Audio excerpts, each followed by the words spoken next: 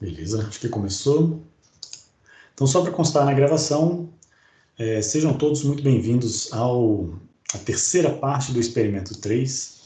Esse aqui é, na minha opinião, tá, o experimento mais importante do nosso curso. Essa parte 3 do experimento 6 é a parte mais importante, que é quando a gente vai ver como modela máquinas de estados em linguagem de descrição de hardware. E a gente vem trabalhando com Verilog até agora, né? Nós vamos fazer essa implementação em Verilog. Então, eu acho isso muito importante, porque se eventualmente vocês forem trabalhar com isso na carreira de vocês, se vocês forem trabalhar com sistemas digitais e projetos de sistemas digitais, muito provavelmente vocês vão se deparar com máquinas de estado. E, tradicionalmente, o pessoal usa linguagem de descrição de hardware para fazer essas máquinas de estado. Então, todos esses compromissos que a gente estudou aqui, né? Usa codificação sequencial, usa codificação one-hot, usa flip-flop tipo D, ou usa flip-flop JK.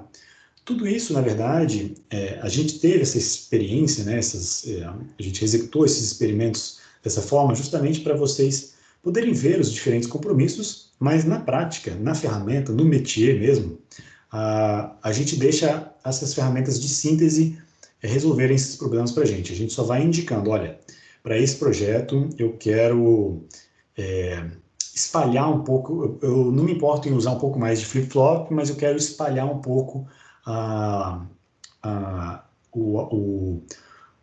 a distribuição de calor dentro do meu chip, por isso eu vou usar uma máquina de estados com codificação one-hot. Isso, inclusive, é uma recomendação da própria documentação da fabricante desse FPGA aqui, da Xilinx, que eu estava lendo hoje. Ele fala assim, use codificação one-hot para distribuir um pouco a dissipação de calor dentro do chip. Que a gente viu lá, a gente viu que ele não economiza tanto o circuito assim, não fica tão mais barato, não fica tão menor o circuito. Ele é só mais fácil de projetar se você for fazer na mão. Mas para uma linguagem de descrição de hardware, como a gente não faz na mão, é só a decisão é simplesmente escolher ali dentro de um switch o que a gente quer, qual é o tipo de codificação que a gente quer, vocês vão ver isso hoje, fica meio que perde o sentido, né, da codificação. Mas essa capacidade de distribuir um pouco a dissipação de calor, ela é bastante interessante. Então, são essas decisões que a gente vai ganhando conhecimento durante o curso e durante projetos que a gente vai fazendo, que são essas decisões que, por exemplo, os engenheiros lá da Apple fizeram para construir o processador M1, né? Então, aos poucos, com muita experiência, com muitos projetos já realizados, você chega num projeto de processador com altíssima capacidade de computação e baixíssimo consumo de energia. Então, é bastante impressionante o que o pessoal fez. Eu fiquei bem admirado com o que foi feito nesse processador. Então, para começar a aula de hoje, essa primeira parte é só para motivá-los a prestarem bastante atenção na aula de hoje, porque ela é sem dúvida a mais importante.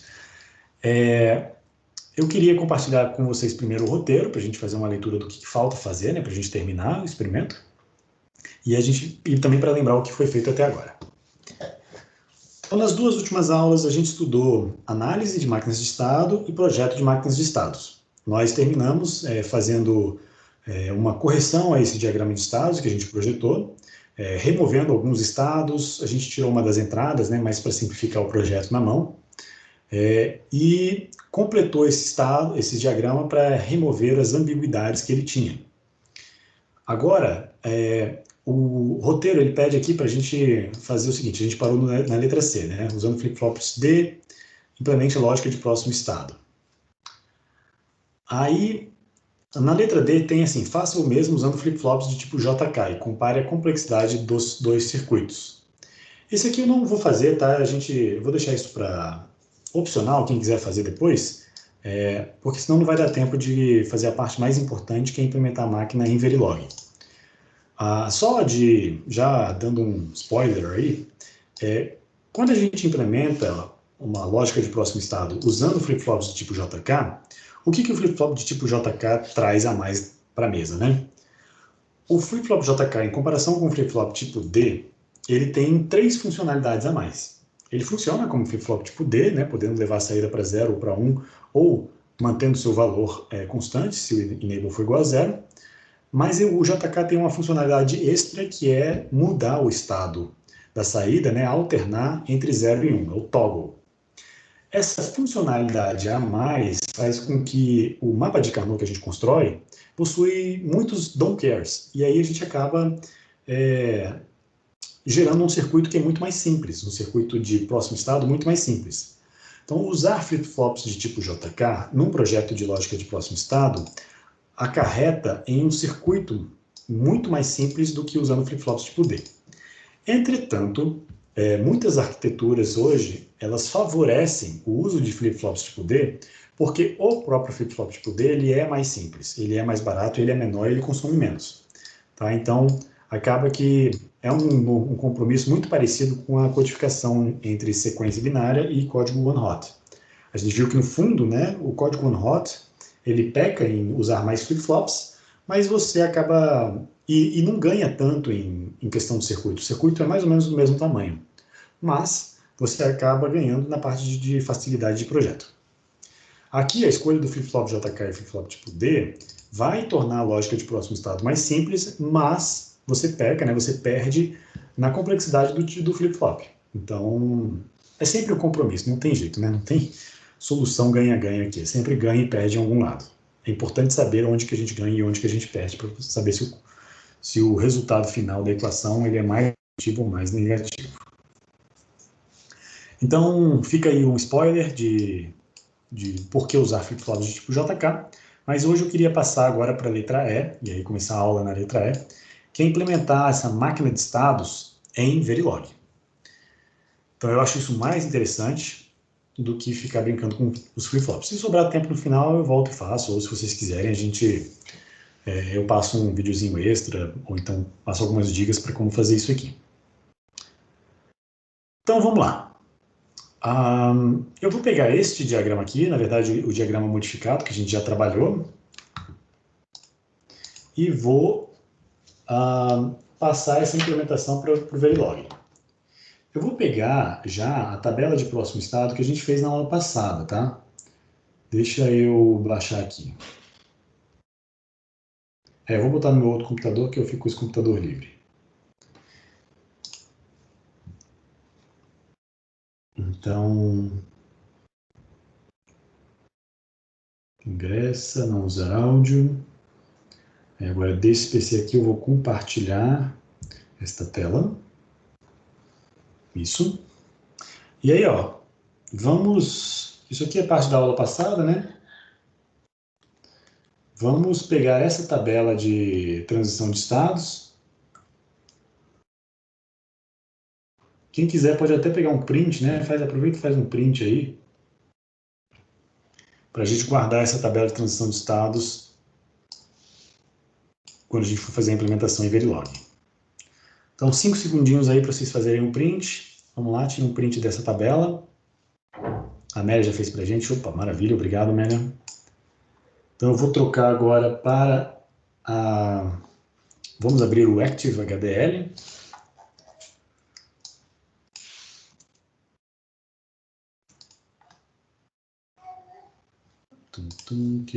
Agora deixa eu compartilhar com vocês. Então, estou aqui na minha pasta de projeto.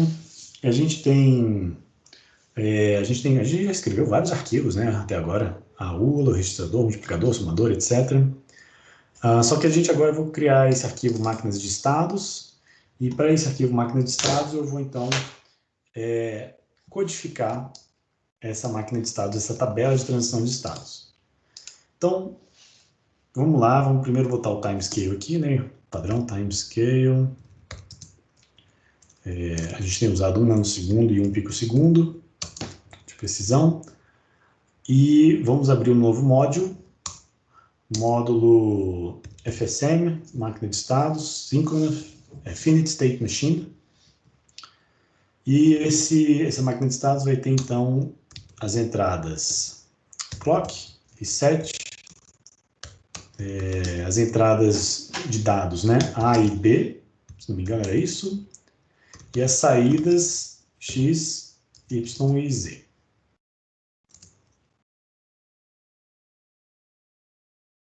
Agora, eu queria mostrar para vocês que para construir uma máquina de estados, então vou terminar aqui com o module, uma máquina de estados, o circuito, a gente já viu que ele tem três partes muito bem identificadas. Uma são o grupo de flip-flops, né? Flip-flops que guarda o estado atual.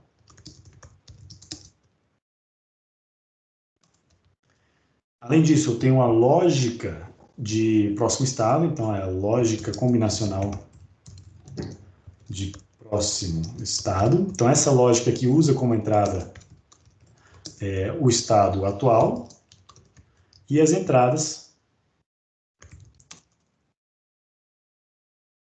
A e B.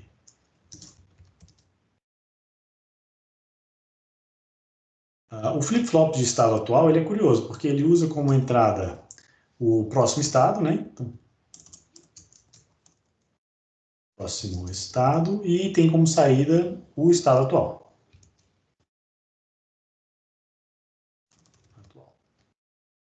E a lógica de próximo estado, como o próprio nome indica, tem uma saída que é o próximo estado.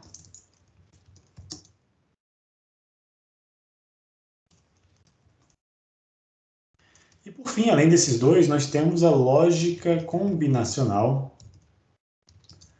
de saída. Então, ou das saídas, né? Porque nós temos aqui três saídas. Entrada. E a máquina aqui, igual essa que a gente projetou, uma máquina de Moore, ela só usa como entrada, né, essa lógica combinacional da saída, só usa como entrada o estado atual. A saída só depende do estado atual. Se fosse uma máquina de milha, eu colocaria aqui também as entradas A e B. Não é o caso, então posso tirar isso aqui. E a saída, ou as saídas, é justamente os valores x, y e z, que são as saídas do meu circuito. Então, vamos começar pelo mais fácil, né? Vamos começar aqui pelo flip-flop. Então, o flip-flop, ele como é um circuito sequencial, vocês devem lembrar bem, que eu preciso colocar esse circuito dentro de um bloco always, com uma lista de sensibilidades que recebe o clock e o reset. Mas para o circuito detectar flip e não latch, e não circuito combinacional, eu tenho que colocar um pause edge aqui no clock, falar que ele é sensível apenas ao flanco de subida do clock. Essa construção, semanticamente, ela está correta, mas os sintetizadores muitas vezes reclamam que você não colocou o pause-edge no reset. Então, só para deixar esse circuito sintetizável, eu vou botar um pause-edge aqui também no reset.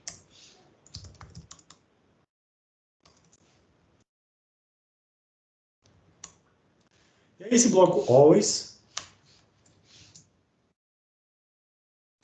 ele vai ter, então, a lógica do flip-flop. Então, se o reset for ativo, eu vou fazer com que... Qual que é a saída, né? A saída é o estado atual, né? É ele que guarda o estado atual. Então, o estado atual recebe o quê? No reset, eu vou para um estado... Vou para algum estado, né? E se não for reset, else, o estado atual recebe o próximo estado. Tá? Então, eu ainda tenho que decidir para onde que essa máquina vai quando eu der o reset. Agora, vamos lá. Eu posso trabalhar com valores... Até agora, a gente aprendeu a trabalhar com variáveis, né? A variável que até 2005, né? Até o System Verilog 2005, a palavra-chave aqui era reg, mas eu estou usando a palavra-chave nova, que é var. Então, var do tipo logic... e aí a gente viu lá que para codificação sequencial eu precisava de 3 bits, né? Então, logic 2 a 0, eu posso criar a variável estado atual, e talvez a variável próximo estado também, né? Que são as variáveis que vão guardar o estado temporariamente. Então, o estado atual é a saída do flip-flop, próximo estado é a entrada do flip-flop. Eu posso falar que eles valem, que são de 3 bits, e aí, se eu, por exemplo, no reset aqui, eu posso falar que o estado atual vai para o valor em 3 bits 000. Posso fazer isso aqui, isso é totalmente válido. Mas trabalhar com valores binários, muitas vezes, não é muito...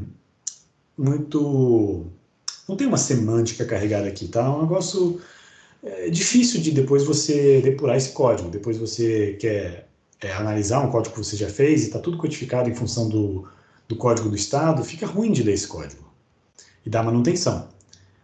desse modelo, tá? Eu estou falando código, mas estou falando errado. É modelo, esse modelo de hardware. Então, às vezes, um tipo de variável mais interessante para trabalhar aqui é igual lá em C. A gente usa enumerações.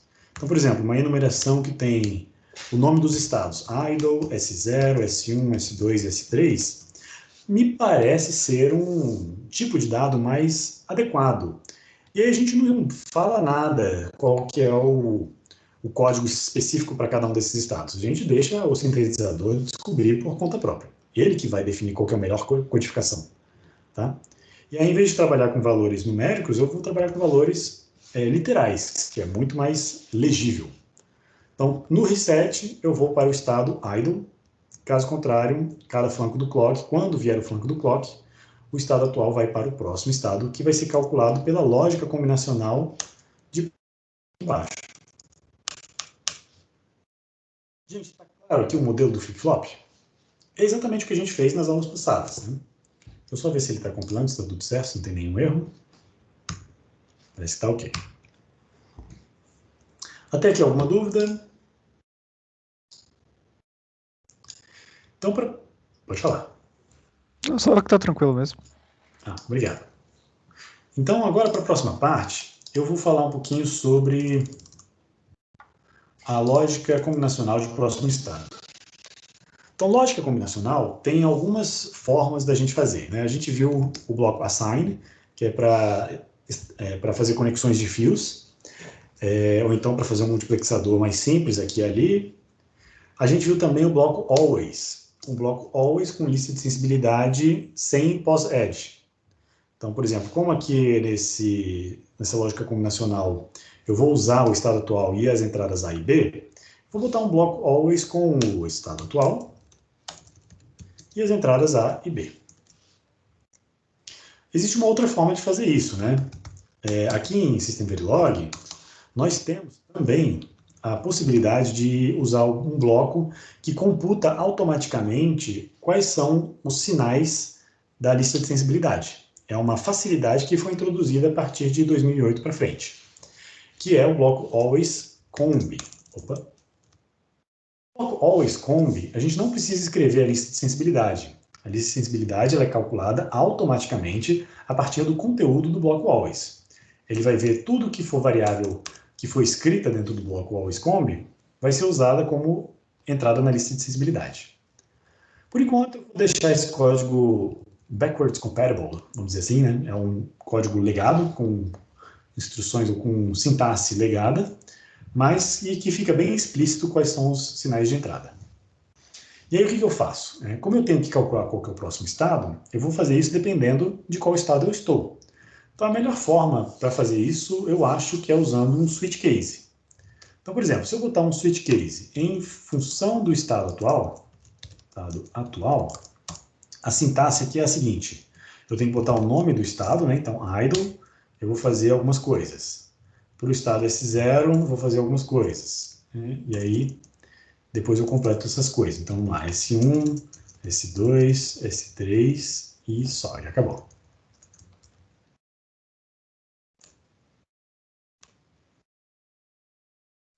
Então, agora a gente vai.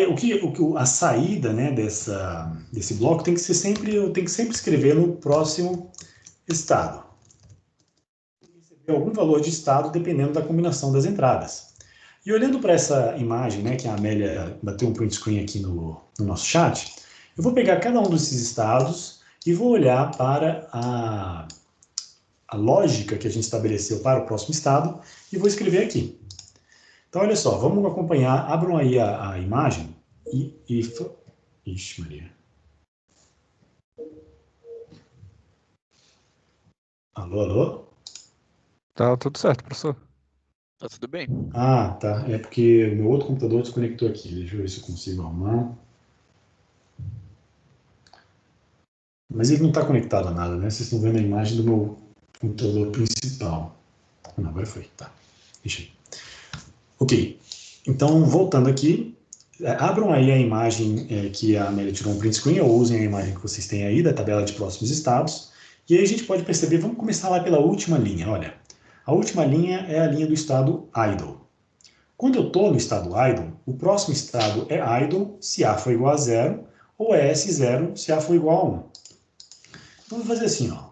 Aqui em idle, agora voltando para a tela do ActiveHDL, né? Se eu estiver em idle e A for igual a 1, né? Se A, acho que aqui eu posso, fica mais claro se eu botar isso, se A for igual a 1, o próximo estado é S0. Então, S0. Caso contrário, else, o próximo estado é idle. Então, eu fico em idle. Na verdade, esse else aqui, ele é opcional. Eu posso não colocar ele se eu quiser, porque o próximo estado ele está implícito, que é o idle, porque eu acabei de entrar no estado idle. Então, se o estado atual já é idle, isso implica também que o próximo estado, se eu não alterar nada, ele continua sendo idle, porque ele era idle antes de eu entrar no estado idle. Mas, para deixar as coisas bem explícitas, lembra que Verilog não gosta de if sem else. Na verdade, não é que não gosta, né? Que gera os nossos famosos lets. Não vai ser o caso aqui, tá? Não vai gerar let nem nada, porque isso aqui não é uma lógica sequencial, uma lógica combinacional. Mas, só para garantir a boa prática, né? Eu vou botar explicitamente todas as combinações possíveis. Então, se A for igual a 1, eu vou para S0. Se A for igual a 0, eu vou para idle.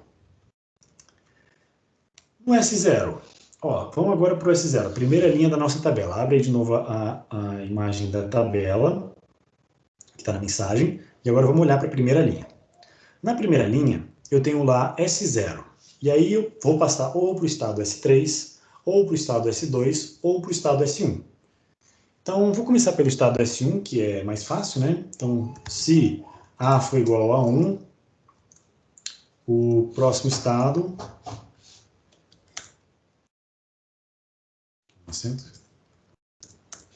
O próximo estado é S1. Caso contrário, aí se A for igual a 0, aí eu tenho que verificar B, né?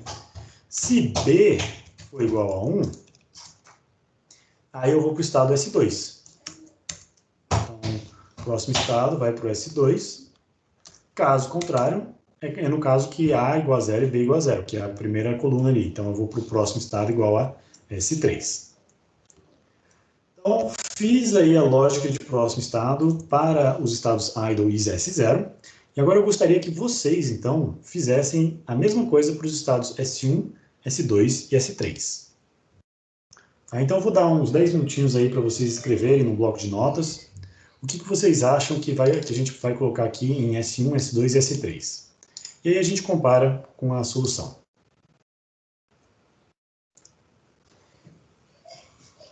Eu vou botar meu microfone, mas vocês podem me chamar. Estou aqui à disposição.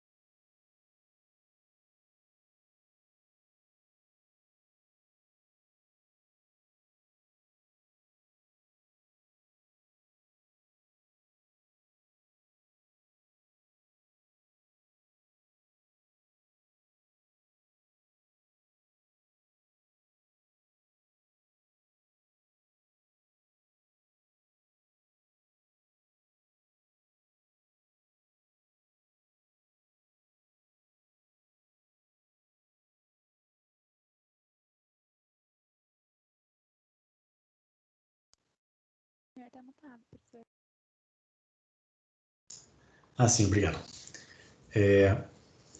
Amélia, eu estou vendo aqui, vamos lá. Então, isso é mais ou menos assim, só que fica muito compacto, né? Eu acho que a solução dessa forma, ela é interessante, claro, tá certo. A primeira e a segunda, né? Porque eu estou olhando a primeira e a segunda.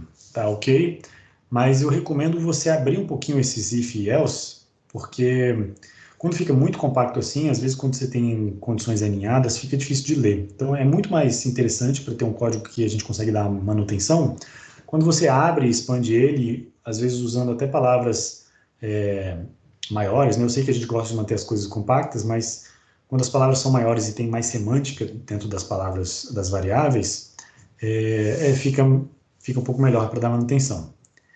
Aquela justificativa que a gente usava, né, quando a gente escreve código, que a variável tem que ser. É uma arte, né?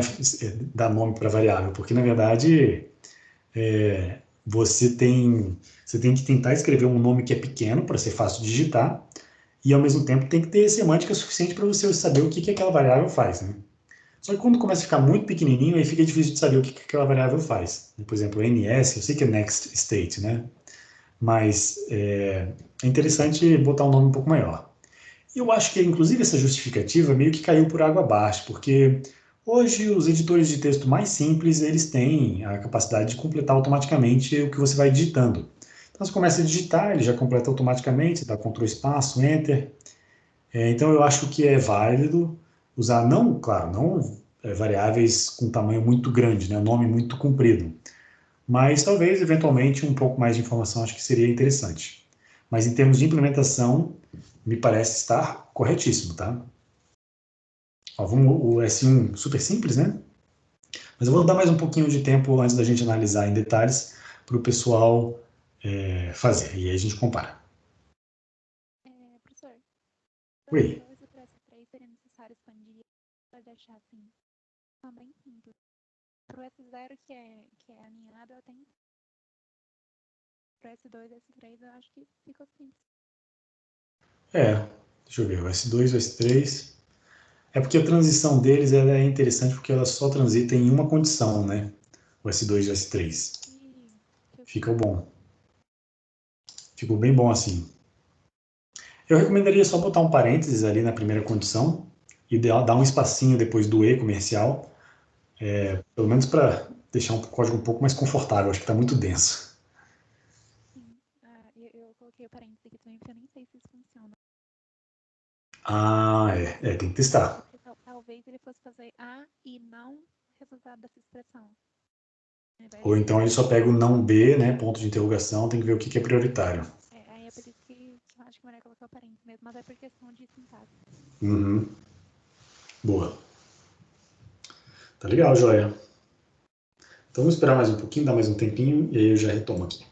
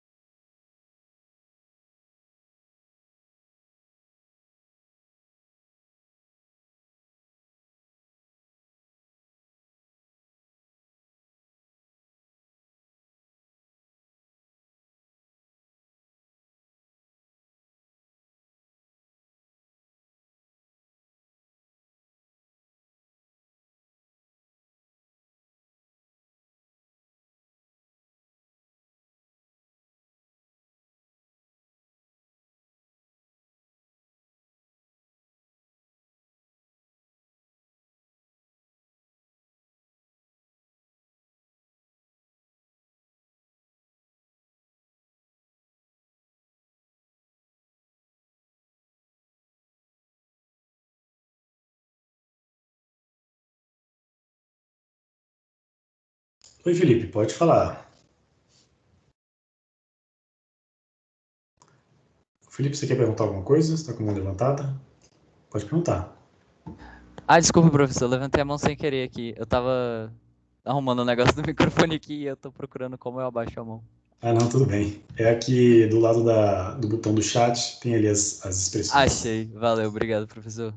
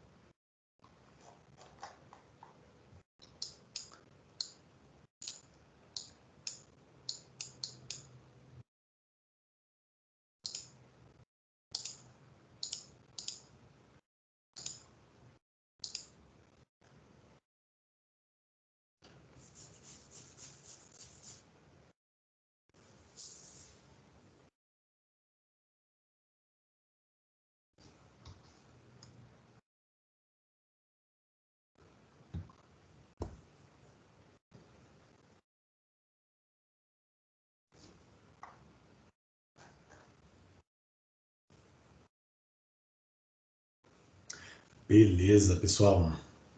É, Oi, pode falar. eu fui testar a síntese desse código com o Verilog antigo, né? No Aham. Verilog. E eu acho que ele não tem o enum, não. O enum? Ah, é? Ah, será que é coisa só nova do 2005 para frente? Coisas diferentes. Mas Posso dar uma outra sugestão de como é que faz. Eu sei que o pessoal usa muitos, tipo um macro, né? São os parâmetros locais. Deixa eu lembrar aqui como é que faz. É local parameter. Ó, se você for nessa ferramenta aqui, você vem aqui em Tool Language Assistant, e aí vai aparecer essa janelinha aqui, e aí você pode procurar construções, ó, por exemplo, System Verilog, Language Templates, deixa eu ver se eu acho... Não, isso não, é Synthesis Templates, ó, Finite States Machine. Como é que escreve uma Finite States Machine? A maneira que ele recomenda, que eu acho que é a tradicional do Verilog mais antigo, é essa aqui, ó. Ele usa parâmetros. Então, ele não cria uma variável tipo enumeração, ele vai criar aqui uma variável de tipo bit mesmo, né, um reg, com, por exemplo, 3 bits, aí tem o estado e o próximo estado. E aí ele criou parâmetros para indicar com nomes, né, qual é o código de cada um desses estados. E aí ele usa normalmente. Aí isso aqui é uma forma de você tornar o seu código mais literal, mas você poderia também usar o código binário dos estados. Mas o switch case, ó, deixa eu aumentar aqui um pouquinho. O switch case, o case state reg, ele é muito parecido, né? Ele faz um switch case em cima do estado atual e para cada estado ele tem condições de transição. E aí ele calcula qual que é o próximo estado a partir do estado atual. E aí ele usa os nomes, que é uma coisa interessante.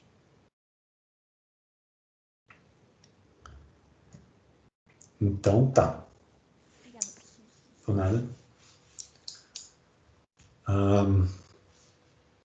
Que é importante, né, a gente ter essas duas abordagens, porque tem gente que está usando esse simulador igual o seu, né, o Verilog, então é importante saber disso. Boa, ainda bem que você perguntou. Então, vou fazer aqui, gente, espero que vocês tenham conseguido aí. Em S1, olhando para a tabela, a gente vê que o próximo estado é somente o estado idle, então aqui não tem nem condicional, né, a gente só bota que o próximo estado é igual ao idle, sempre. Em S2, S2 é um pouco complexo, porque não é bem muito complexo, mas só tem uma condição que faz a transição de estado.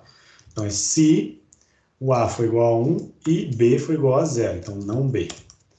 Eu gosto de escrever assim, como se fosse uma equação booleana, tá? Mas tem gente que bota se A for igual a 1 e B for igual a 0, tem que proteger, né, com parênteses. Isso aqui também funciona. Eu gosto da versão compacta, que é A e não B. A e não B. Só apenas nesse caso aqui, o próximo estado vai ser S1, e em todos os outros, else, o próximo estado vai para o próprio S2. Eu vou ficar nesse estado se não for essa condição de transição. Então, novamente, isso aqui é opcional, né? Porque isso aqui está implícito se eu não colocar esta parte do código.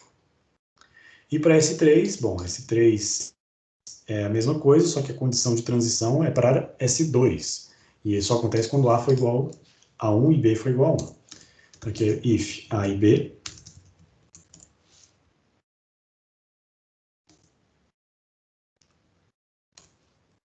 Então o próximo estado é o S... estou no S3 e vou para o S2. Caso contrário, eu fico em S3. E é isso. Esta é a lógica de próximo estado. Olha só, como tudo em Verilog, né, a gente tem, dentro do escopo desses estados aqui, né, dentro do escopo desse switch case, para cada estado eu teria que abrir um begin e terminar com um end, tá? Para condições de múltiplas linhas. Só que como o if, ele está envolvido aqui, um if dentro, o else dentro do if, o System Verilog, ele interpreta isso aqui tudo como se fosse uma linha só. Mas se você tiver várias atribuições, várias coisas para resolver dentro de um switch case, você tem que englobar as coisas com begin e end. É igual lá no if, né? O próprio if a gente tem que fazer isso, se tiver mais de uma atribuição dentro dele. Ok. Então, tendo vencido essa parte do próximo estado, e a gente entendeu, né, que, poxa, olhando para a tabela de transição de estados, ou olhando para o diagrama de estados, eu posso rapidinho, né, modelar o comportamento desse circuito, escrevendo a condição de transição, escrevendo para cada estado a condição de transição e qual é o valor do próximo estado aqui. Então, isso aqui é a transição e esse aqui é o valor de destino do próximo estado. Então, ficou bem simples, né? E a última coisa que falta é a lógica combinacional das saídas. Inclusive, é algo que a gente não fez nas aulas passadas, que eu vou aproveitar para fazer aqui em System Verilog, porque é muito simples, né? É uma lógica combinacional que depende apenas, né, a entrada é apenas do estado atual e gera saídas x, y e z. Só para mostrar para vocês as duas formas de escrever lógica combinacional usando o bloco always, eu vou fazer assim, always combi, em vez de usar o arroba, eu poderia botar uma lista de sensibilidade usando exclusivamente o estado atual como lista de sensibilidade. Mas quando eu fizer o always combi, ele vai detectar isso automaticamente para mim, porque o estado atual vai ser a única coisa que vai ser lida aqui dentro. Então, eu vou fazer novamente um switch case, case estado atual. Eu vou fazer a mesma estrutura de antes, idle, S0, S1, S2 e S3. E para cada um desses estados, então, eu vou escrever qual é a minha saída. Então, olha, a princípio, eu botaria aqui, ó, x para o estado idle. Vamos olhar aqui no diagrama, porque isso aqui não está na tabela de transição de estados. Vamos olhar aqui no diagrama, olha. No roteiro, eu botei aqui, ó, para cada estado, eu botei quais saídas estariam em 1 em qualquer estado. Então, por exemplo, no estado S0, a saída x vale 1 e todas as demais valem 0. No estado S2, x e z valem 1. No S3 é o x e o y que vale 1. Então, S1, z vale 1. Então, vamos pegar essa. Aí eu peço para vocês, aproveitem agora para tirar um print screen aqui, que eu vou usar essa informação para escrever a lógica de saída lá no Verilog.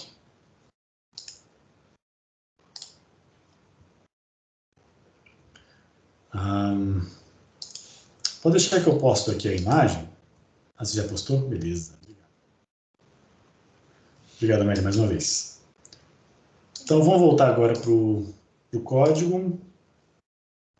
Olhando para essa imagem aí que a Amélia postou, olha só.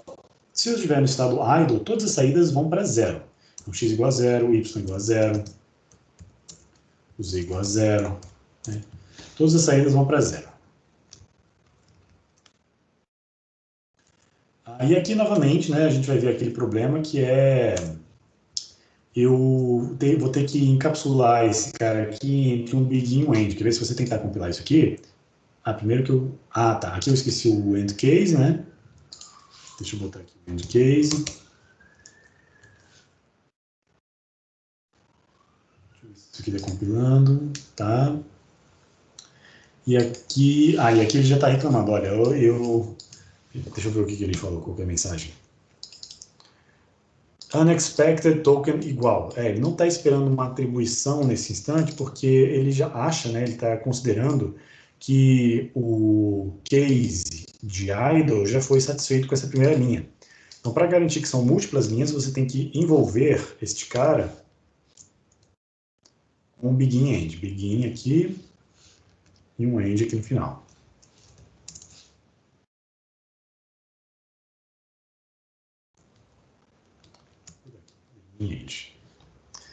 Agora, quando compila, agora ele aceita, tá vendo? Então, vamos agora corrigir vamos implementar os outros estados. Então, vou copiar esse código aqui e vou botar nos demais, para a gente codificar as saídas.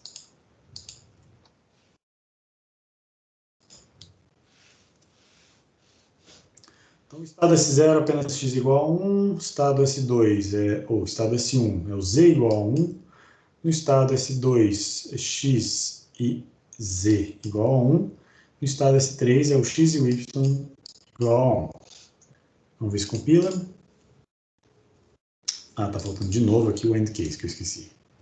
End case.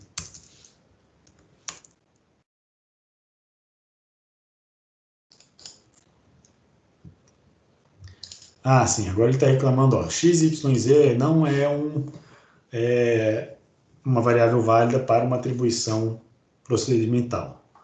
Então, isso é porque eu declarei essas saídas como wire, né? Mas elas não são wire, elas são logics. Então, eu tenho que dizer que é uma output do tipo var logic. Se você não escrever nada, né, está implícito que é um wire, né? Qual que é o equivalente de var? Ah, é um wire logic. Fica implícito. Se você não colocar nada, é um wire logic. Se você colocar var, aí ele interpreta isso aqui como algo que vai ser escrito dentro de um procedimento, né, dentro de um bloco always. Agora ele aceitou. Então ele aceitou isso aqui, beleza. Estou chamando de FSM, deixa eu... Como é que eu fiz para limpar o workspace da última vez? Delete simulation data, acho que é isso. Isso. Vou compilar este aqui. Aí, tá bom, pronto. Então está compilando. Eu acho que a gente terminou o nosso código da máquina de estados. Ó, um modelo de 100 linhas de código.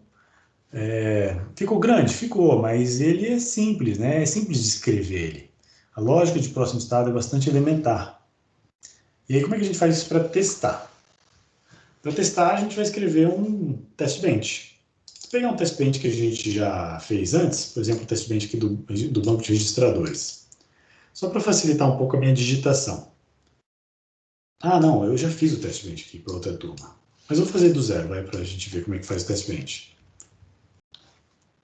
Então, eu vou escrever aqui um módulo de test bench FSM, test bench, que vamos começar aqui com clock igual a 0, eu tenho o sinal lógico, eu tenho as entradas A e B,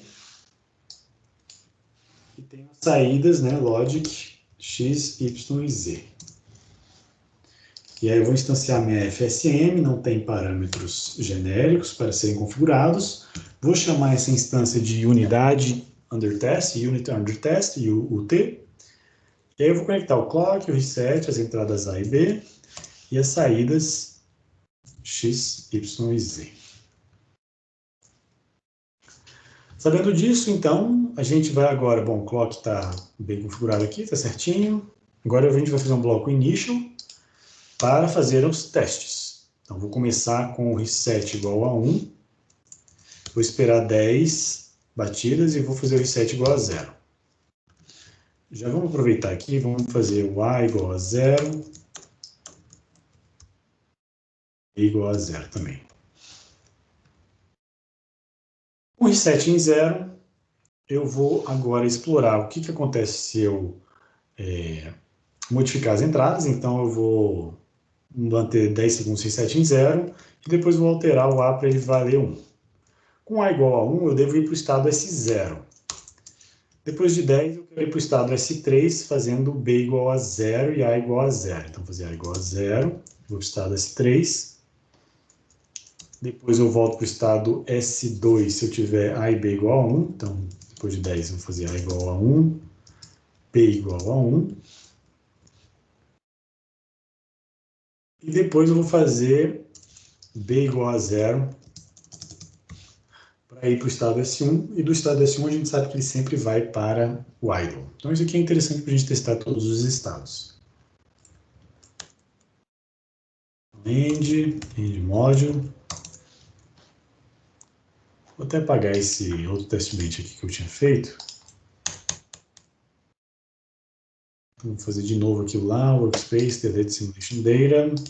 Esse aqui eu vou compilar ele. Então deu um OK. Agora eu tenho dois módulos que foram criados, né? O FSM e o FSMTB, test bench. Vou botar esse test bench como top level e vou inicializar a simulação. Quando eu inicializo a simulação, o testbench ele é criado com uma instância dentro dele, que é a máquina de estados. Essa máquina de estados tem o estado atual, tem o próximo estado, tem as saídas x, y e z, e etc. Então, se eu pegar todos os sinais aqui e jogar para uma forma de onda, vamos ver o que acontece.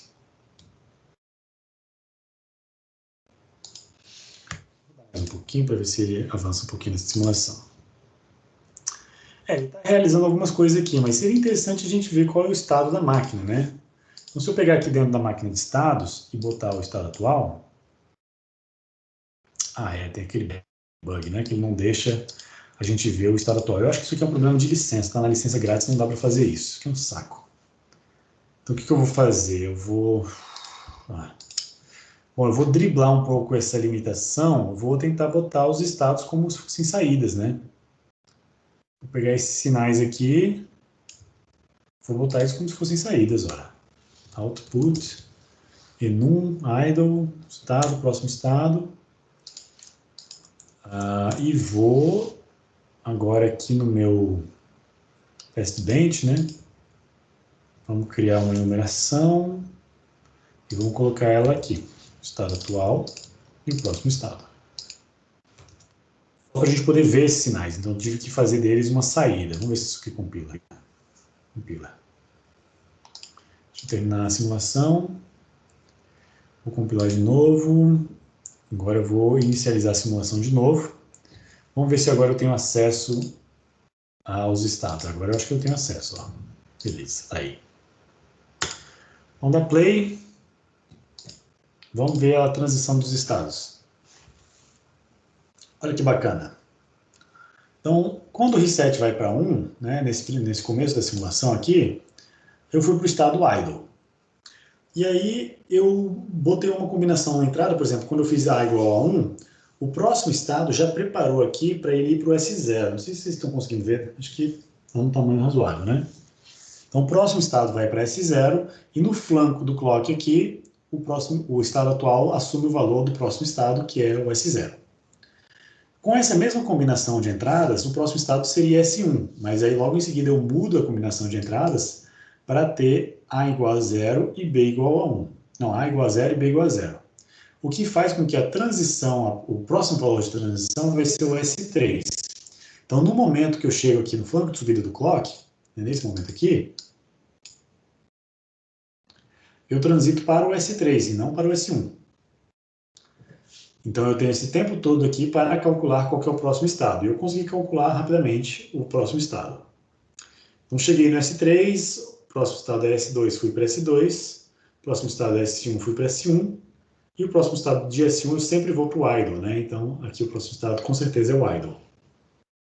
Então, deu certinho na simulação. Eu achei que deu certo. Desculpa. Então, deu certinho e a gente pôde ver os estados transitando, né? Mas agora o curioso é que, não sei se vocês perceberam, mas o System Verilog, ele, por padrão, essa enumeração, ela assume valores de 32 bits, como se fossem inteiros, né? E aí, olha só, cara, eu estou desperdiçando muito bit aqui. Na verdade, eu só uso 3 bits. O que acontece é que todos esses bits além, né, todos esses bits excedentes aqui, eles vão ser cortados automaticamente quando a gente realizar a síntese. Mas é claro, você pode, se você quiser forçar na declaração da sua enumeração, você pode forçar essa enumeração para ser uma enumeração de 2 bits, ou de 3 bits, que é o caso aqui. Então você fala que é uma enumeração de logic que vai de 2 até 0. Então você está forçando ele a ser apenas de 3 bits. Vamos replicar esse mesmo procedimento aqui no testbench.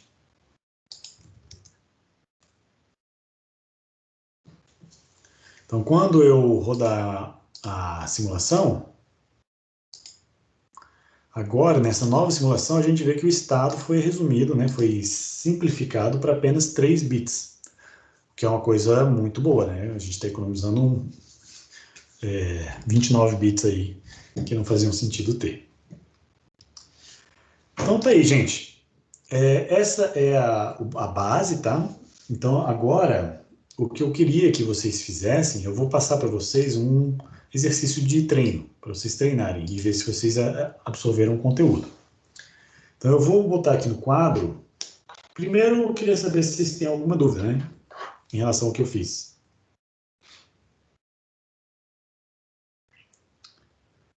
Então, eu vou botar aqui no quadro um exercício para vocês fazerem, tá?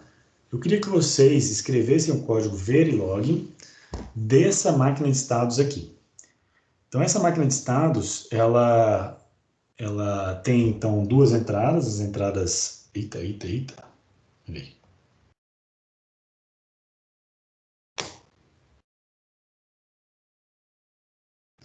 Ela tem duas entradas aqui, né, a entrada A e a entrada B, tá?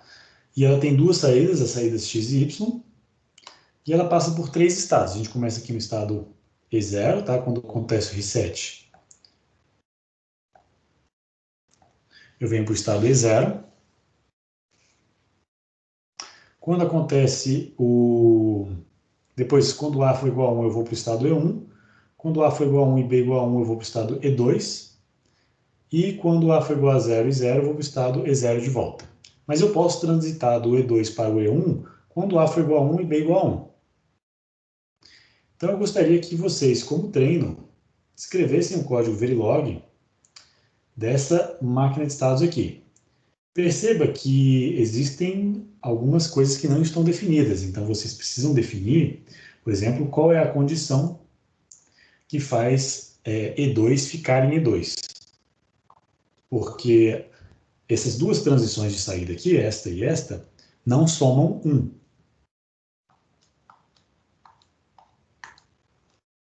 Então, eu queria que vocês fizessem essa verificação aí. É claro que em Verilog isso facilita bastante, porque em Verilog você não precisa botar todas as condições, basta botar um último else ali que resolve a nossa vida, né? Então, eu queria que vocês estabelecessem qual que é o valor dessa condição aqui. Então, vocês acham que conseguem fazer aí uns 20 minutos?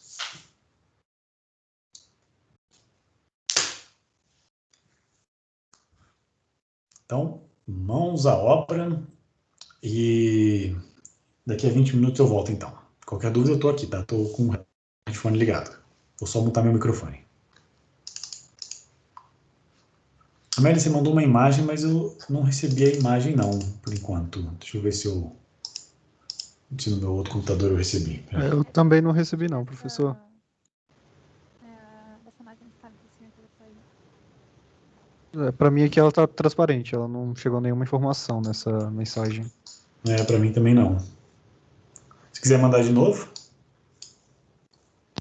Não, é só o print que o senhor tá mostrando aí agora. Ah, tá, beleza. Eu vou deixar essa imagem aqui para vocês trabalharem.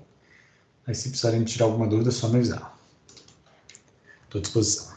Então, mãos à obra, daqui a 20 minutos a gente retoma.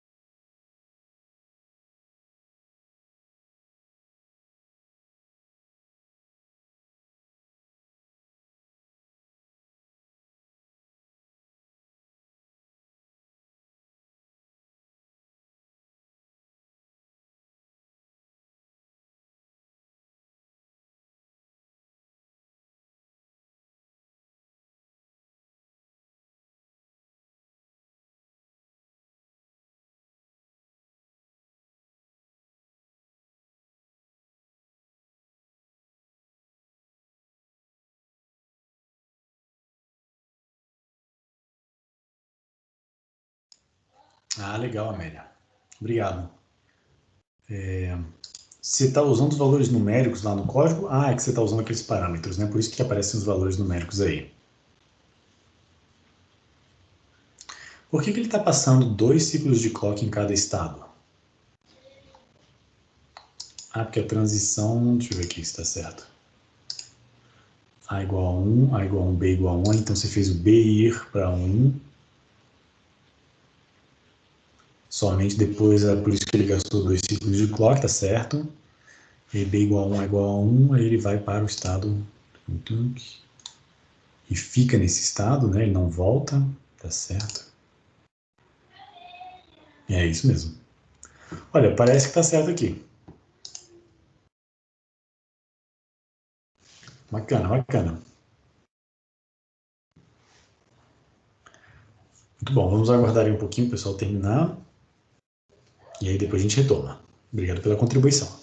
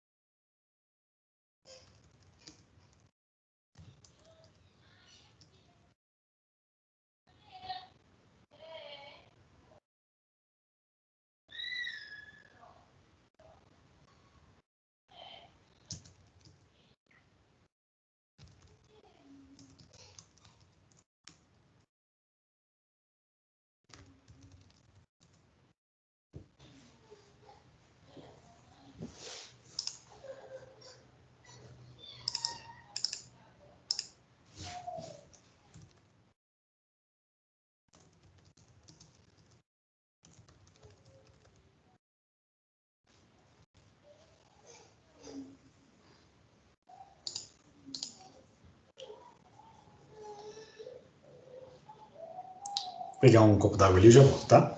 Rapidinho.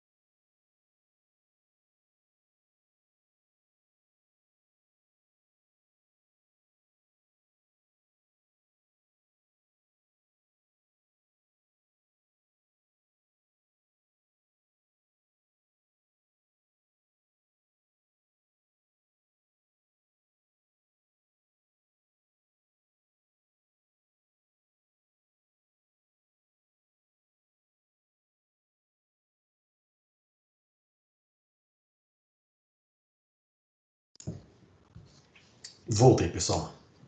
Ainda tem 4 minutinhos aí para vocês trabalharem. Podem fazer tranquilo.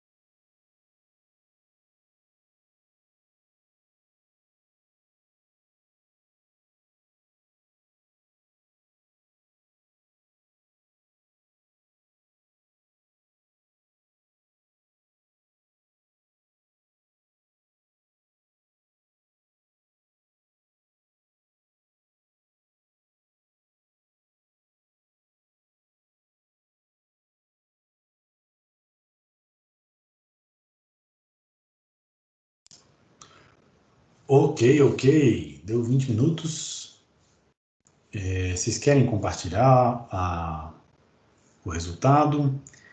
Eu queria que vocês compartilhassem especificamente como que vocês fizeram para codificar a transição saindo do E2, né? A lógica de próximo estado, como que vocês calcularam qual que é o próximo estado saindo de E2, porque tem várias formas de fazer.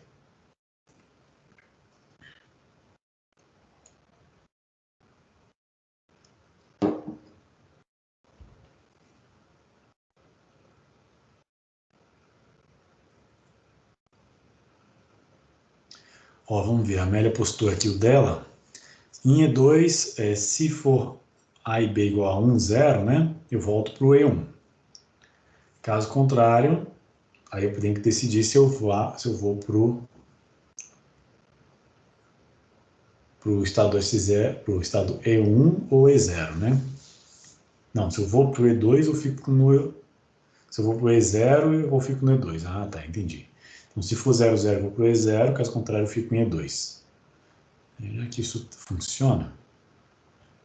Precisou do begin end, usando essa expressão, Amélia? Não, professor, porque originalmente não. Ah, tá.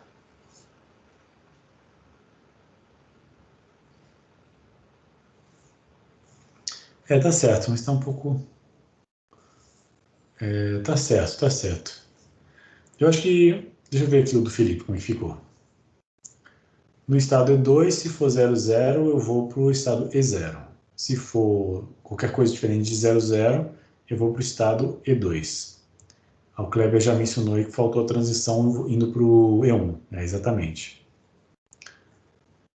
Olha só, a minha sugestão é a seguinte. Claro, qualquer jeito dá para fazer. Você pode botar vários ifs, você pode botar if com else, tudo vai funcionar. A minha sugestão aqui é olhar que as transições saindo de E2, elas são transições que acontecem quando B é igual a 0. Então você pode fazer o seguinte, quando B for igual a 1, eu fico em E2. Caso contrário, eu olho A. Se A for igual a 0, eu vou para E0. Se A for igual a 1, eu vou para E1. Então seria uma lógica interessante. Mas eu mesmo não implementei assim, não. Eu mesmo implementei de outra forma. Quer ver? Deixa eu mostrar aqui o meu. Eu fiz a implementação força bruta.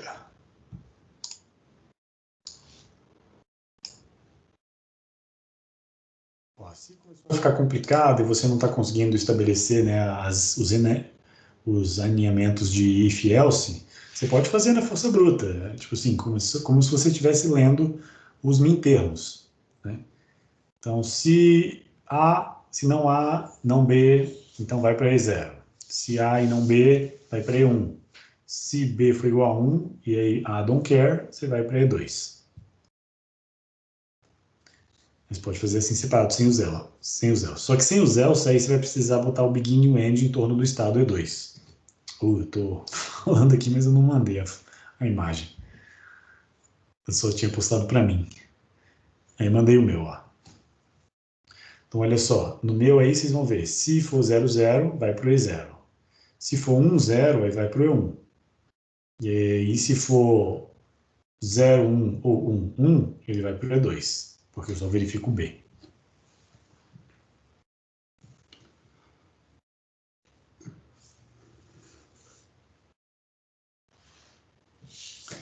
Então é isso aí, gente. Obrigado por ter compartilhado. É exatamente isso que eu queria que vocês fizessem para a gente poder discutir. Vocês podem perceber que não existe solução única, né? Que existem várias soluções, mas que todas geram o resultado correto. O que eu vou fazer agora, eu queria que vocês tivessem pelo menos a experiência da síntese. Então, vou pegar aquele primeiro circuito que a gente fez, que a gente já tem no Logsim, né? O circuito lá da figura 2 do nosso roteiro, e vou jogar ele aqui na ferramenta de síntese.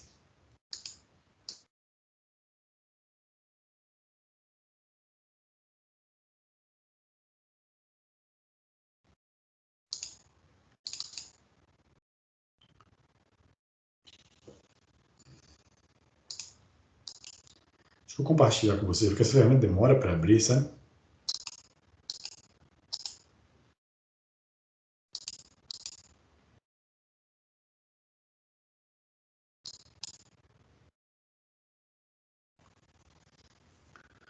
Aqui.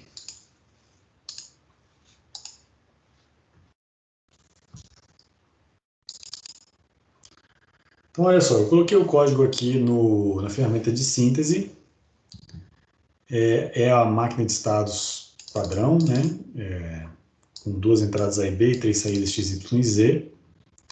Aí eu fiz o enum aqui padrão e não coloquei nada sobre o tipo do estado, né? Eu falei aqui só que eu tenho os estados que chamam-se idle, S0 até S3. Eu vou usar as variáveis estado atual e próximo estado.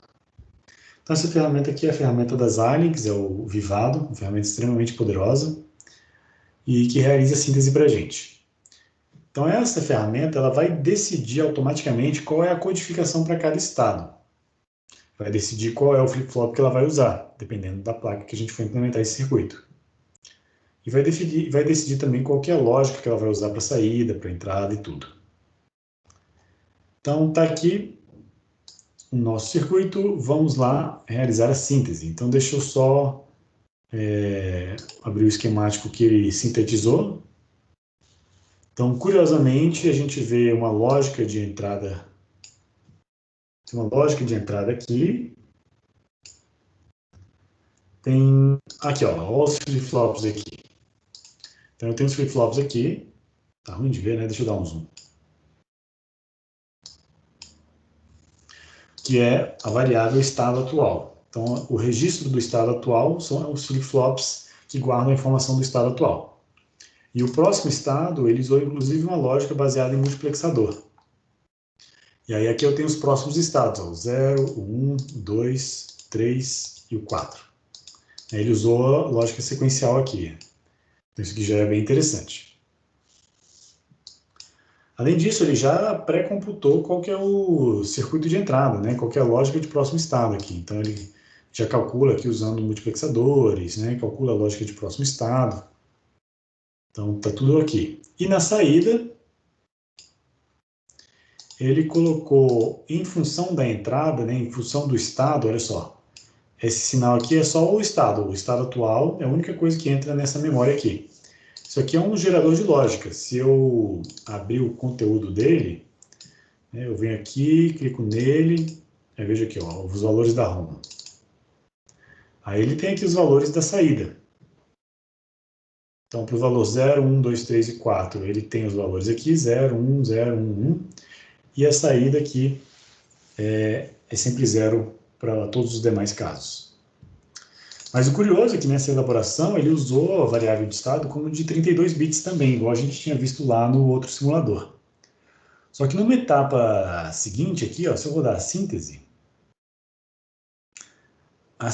ela é mais poderosa do que a simples elaboração, que é só uma interpretação do que tem no meu circuito. A síntese vai além, ela tenta melhorar, né, a performance, olhando o que ela pode fazer em cima do teu circuito, dada uma certa arquitetura. Então vamos ver o que esse circuito aqui vai virar quando eu transformar, quando eu realizar a síntese. Então, se ele pegar exatamente a codificação da elaboração, ele vai usar código sequencial, como está aqui. Então, se eu abrir o esquemático aqui resultante da síntese, eu tenho um esquemático que é relativamente complexo, tá? Não dá para ver muita coisa aqui. Aquela síntese ali eu acho que estava desatualizada. Deixa eu fazer um reload. Aí. Então, ó, tem algumas lookup tables, a lógica de próximo estado ele usou lookup tables, e aí tem alguns flip-flops aqui, eu consigo identificar, vamos ver aqui.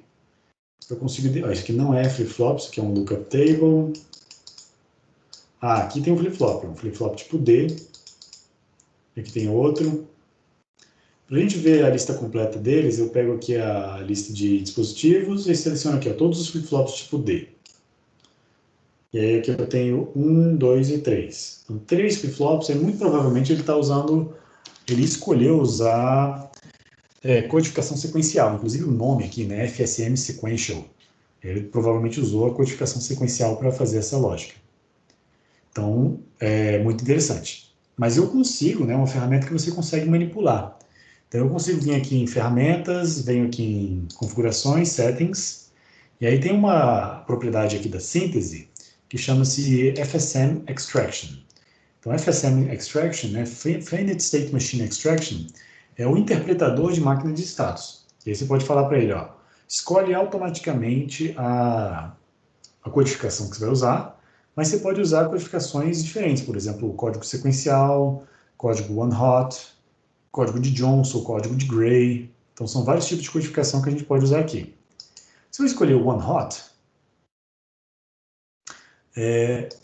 vamos ver qual que é o resultado. Então, aqui eu tenho 3 flip-flops. Vamos re-rodar a síntese. Vamos esperar a síntese terminar, né? Ele está rodando aqui em cima, demora um pouquinho. Para ver qual que é a interpretação desse circuito da elaboração. Vamos ver o que ele vai gerar após eu ter modificado, ter pedido, né, requisitado para ele usar codificação one-hot. O que é esperado, né? O que a gente espera com isso? Bom, se na minha lógica de próximo estado eu tenho 5 estados, né, de 0 e 4, eu imagino que eu vou usar 5 flip-flops, porque eu sempre tenho um bit ativo por vez. Ó, terminou. Vamos ver o esquemático da síntese. Então, novamente, é um circuito que é relativamente complexo de ler, mas ó, já tem um indicativo que ele está usando codificação one-hot. Então, uma FSM one-hot. Isso aqui é lógica combinacional, uma lookup table. Aqui eu tenho um flip-flop. Vamos ver aqui na lista de dispositivos. Aqui eu tenho claramente, ó, 1, 2, 3, 4, 5 flip-flops. E eles estão aqui, ó, 1, 2, 3, 4, 5. Perfeito. Então, é de fato um circuito de lógica sequencial. As saídas foram relativamente simplificadas, né? Você vê que uma dessas saídas não tem nem lógica de saída, ela não tem nenhum buffer, uma lookup table de saída, ela é só o valor de um bit de um flip-flop imediatamente. Então, o one-hot tem essa capacidade, né, de simplificar um pouco a lógica de saída. Então é isso. Então, o que eu quis mostrar aqui para vocês é que é possível, né, você mudar o tipo de codificação, fazer essas alterações finas no teu projeto,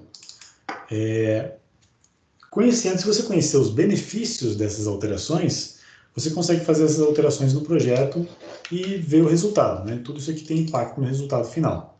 Eu estava lendo a documentação aqui, eu estava até comentando com vocês antes, mas eu estava lendo a documentação da Xilinx em relação a esse chip aqui. Eles falam que, olha, se você usar codificação one-hot, um efeito que isso aqui tem, apesar de você aumentar o número de flip-flops, você também vai espalhar o circuito mais dentro do chip. E aí, a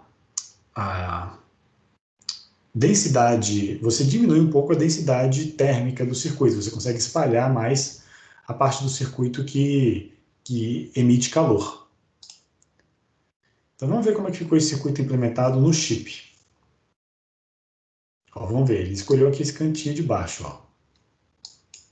Parece que foi esse cantinho de baixo aqui. Então, ele usou esses 5 flip-flops aqui, 1, 2, 3, 4, 5, e usou a lógica de entrada dessas lookup tables, 1, 2, 3, 4, para realizar esse circuito inteiro. Então, a lógica é bem pequenininha, né? Você vê que usou 2 micro-slices aqui. As entradas e saídas ele conectou todas aqui nesse cantinho da placa, o que é totalmente plausível, né? Mas existe um mar ainda de lógica programável que ele poderia ter usado e não usou. Então tá ótimo, é um circuito simples, é para isso mesmo. Beleza, pessoal? E era isso então que eu queria mostrar com a aula de hoje. Vocês têm alguma dúvida em relação à síntese? Se vocês quiserem conversar sobre a síntese, eu posso tirar dúvidas sobre a síntese. Se quiserem conversar sobre Verilog, também eu posso falar sobre Verilog. Vocês entenderam como é que é o método tradicional, em vez de usar essas enumerações? Olha só, isso aqui é uma coisa importante, né? Porque muitos de vocês não vão ter acesso a simuladores desse tipo aqui. Como é que eu faço para usar uma variável de estado sem usar enumeração. Eu posso criar uma variável, né, uma var de 3 bits, e aí esses nomes aqui, eu vou criar parâmetros, né? Então, eu vou chamar essas variáveis, por exemplo, idle. Vou dizer que idle é o parâmetro de 3 bits, 000. Então, eu estou forçando uma certa codificação aqui. Então, eu tenho idle, tenho S0.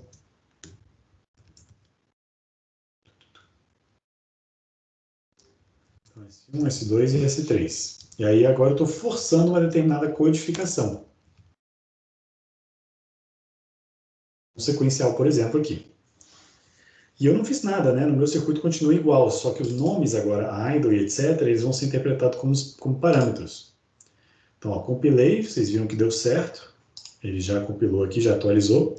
Então, nesse caso aqui, eu estou forçando o valor da codificação usada para esses estados. Ah, eu quero usar one hot. Então, vamos aumentar o número de bits para 5 bits. Então, 5 bits aqui. E aí vamos acrescentar 2 bits aqui. Então, aqui eu tenho 01, aqui eu tenho 10, e por aí vai. Agora eu fiz uma codificação one hot. Então, dá para você forçar a codificação dessa forma, que é interessante, relativamente interessante também. Beleza, pessoal? Que ótimo, então, fico contente que vocês tenham acompanhado essa aula. Como eu falei no começo, né, da aula de hoje, essa aqui das aulas que eu dei para vocês, dos laboratórios que a gente fez juntos, essa aqui, sem dúvida, foi a aula mais importante, porque ela é de fato que vocês vão usar mais na prática, caso vocês venham a trabalhar com circuitos digitais. A gente viu praticamente tudo aqui, né? Nesse experimento 6, olha, a gente viu desde síntese de circuitos usando mapa de Carnot, circuitos combinacionais. A gente viu minimização de lógica booleana. A gente viu implementação, análise de máquina de estados. A gente viu projeto de máquinas de estados. A gente viu como fazer máquinas de estados em Logicsim. A gente viu como fazer máquinas de estados em Verilog. Então, olha a quantidade de coisas que a gente viu nesse experimento. É bastante. E sabendo disso, né, o próximo experimento, que é o nosso último experimento, ele, não vou dizer que ele é menos importante, ele é obrigatório, todo mundo tem que vir, né? Mas, sem dúvida, se você entendeu essa parte do curso, eu fico extremamente satisfeito. A próxima parte, o próximo experimento, é sobre barramentos, sobre acesso a barramentos. A gente vai ver lógica com um buffer de 3 estados, por exemplo. Então, isso é bastante interessante, mas já é um pezinho, né, lá na próxima disciplina, que é a disciplina de sistemas microprocessados. Que mais? O que fazendo assim uma visão, uma leitura geral do curso, olha só, hoje nós somos 14 alunos, eu mais 14 alunos. Só para vocês terem uma ideia, a gente começou o curso com 24 alunos, então vamos dizer aí que 40% da turma saiu no meio do caminho. Ou seja, vocês são os bravos guerreiros que conseguiram terminar até o final, chegaram até o final, espero que vocês tenham gostado. O final, quer dizer, o final ainda é o experimento 7, né, o último experimento, mas eu considero que aqui é um marco muito importante, porque marca a parte principal do curso de sistemas digitais. Então, para terminar a aula de hoje, eu queria fazer uma interpretação do que eu gostaria que vocês escrevessem no relatório.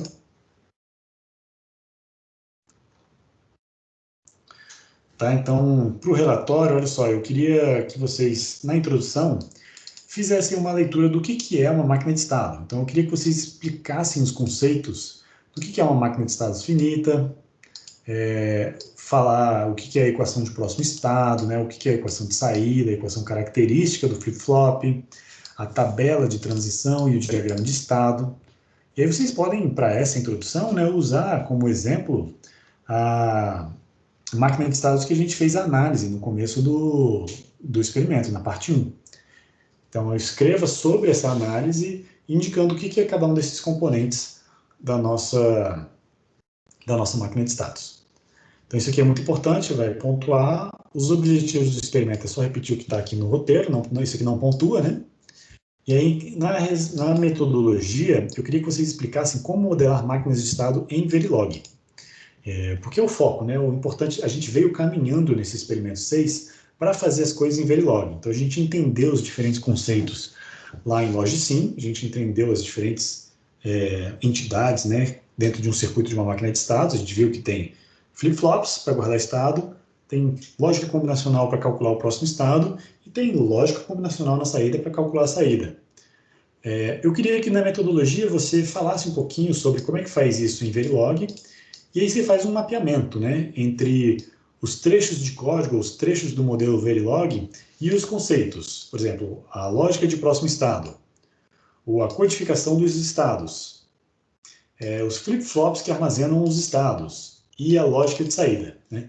Onde que você detecta cada uma dessas coisas no código Verilog? Como é que você traduz de um mundo para o outro, né? Como é que você identifica isso no código Verilog? Então, isso aqui para mim é essencial. E aí, já que a gente está caminhando, né, em Verilog, né, em direção a Verilog, na parte de resultados, eu queria que vocês mostrassem o funcionamento da máquina projetada na figura 2, que é essa máquina que a gente fez aqui, né, que eu mostrei ali para vocês em Verilog. E vocês têm também LogSim. Se vocês quiserem mostrar o funcionamento lá no LogSim, pode, não tem problema. Mas eu acho que é muito mais prático se vocês botarem, só botar aquela imagem, tipo a imagem que a Amélia colocou, né, o diagrama temporal ali com as transições de estado. Quando você bota essa imagem, ela já fala muito sobre o circuito. Se você tentar explicar usando o LogSim, isso aqui vai ficar muito difícil, né? Porque você tem que tirar um print do teu circuito em um determinado estado, tem que tirar um print de novo quando ele for para o próximo estado, então fica laboroso, eu acho. É melhor você fazer logo em Verilog e mostrar os resultados num diagrama temporal.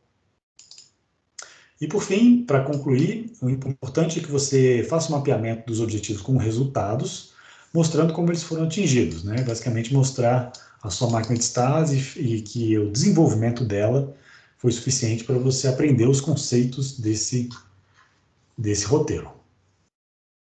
Em relação ao relatório, gente, vocês têm alguma dúvida? Se precisarem de ajuda, né, novamente, eu sempre deixo aberto aqui o canal de monitoria. Então, pode postar lá ou no canal geral, que eu e o monitor, a gente tenta responder o mais rápido possível as dúvidas de vocês. Então, espero que vocês tenham apreciado, gostado aqui da aula. Se tiverem alguma dúvida, fico à vontade. Fico à disposição. Eu estou sem dúvidas, professor. Muito obrigado. Boa semana para o senhor. Valeu, Kleber. Obrigado, Felipe.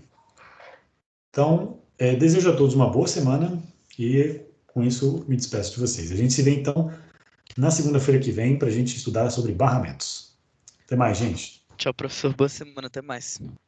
Valeu, Rodrigo. Você também. Tchau, tchau. Até logo, Maria. Obrigado, hein? Boa semana. Você também.